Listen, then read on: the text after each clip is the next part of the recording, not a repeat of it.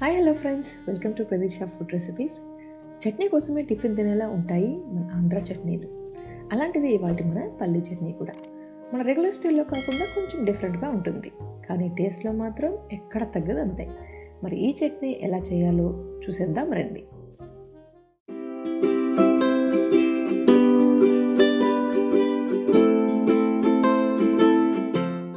మొదటగా వేరుశనగల్ని నూనె లేకుండా బాగా వేయించుకోవాలి. పైన స్కిన్ అంతా లైట్ బ్లాక్గా అయ్యే వరకు ఫ్రై చేసుకుంటే సరిపోతుంది. ఇప్పుడు కొంచెం ఆయిల్ వేసుకొని అందులో తరిగిన ఉల్లిపాయ ముక్కలు, ఎండుమిర్చి, అల్లం ముక్కలు,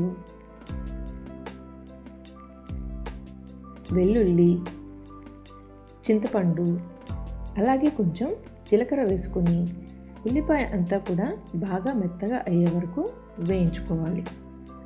మీకు చింతపండు వద్దనుకుంటే ఒక చిన్న టమాటా ముక్క కూడా కట్ చేసుకొని వాడుకోవచ్చు.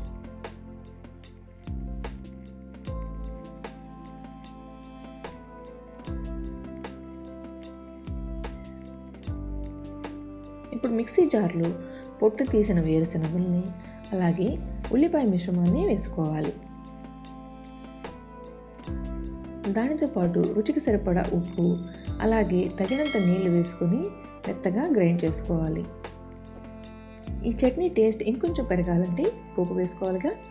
మరి ఆ పోపు కోసం కొంచెం ఆయిల్ వేసుకొని అది కాగాక ఉద్దిపప్పు, కరివేపాకు, అలాగే 2 ఎండుమిరపకాయలు వేసుకొని ఉద్దిపప్పు బ్రౌన్ అయ్యే వరకు ఫ్రై చేసుకోవాలి. కావాలంటే శనగపప్పులు కూడా వేసుకోవచ్చు.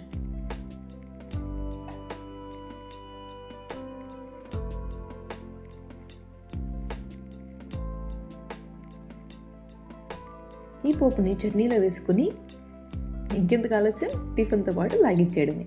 ఈ చట్నీ ఇడ్లీ, దోశ, పొంగల్, వడ లాంటి టిఫిన్స్లోకి అద్భుతంగా ఉంటుంది. మరి మీరు కూడా ట్రై చేసి చట్నీ ఎలా వచ్చిందో కమెంట్స్లో చెప్పండి. మీకు ఈ వీడియో నచ్చితే సబ్స్క్రైబ్ చేయడం మాత్రం మర్చిపోకండి.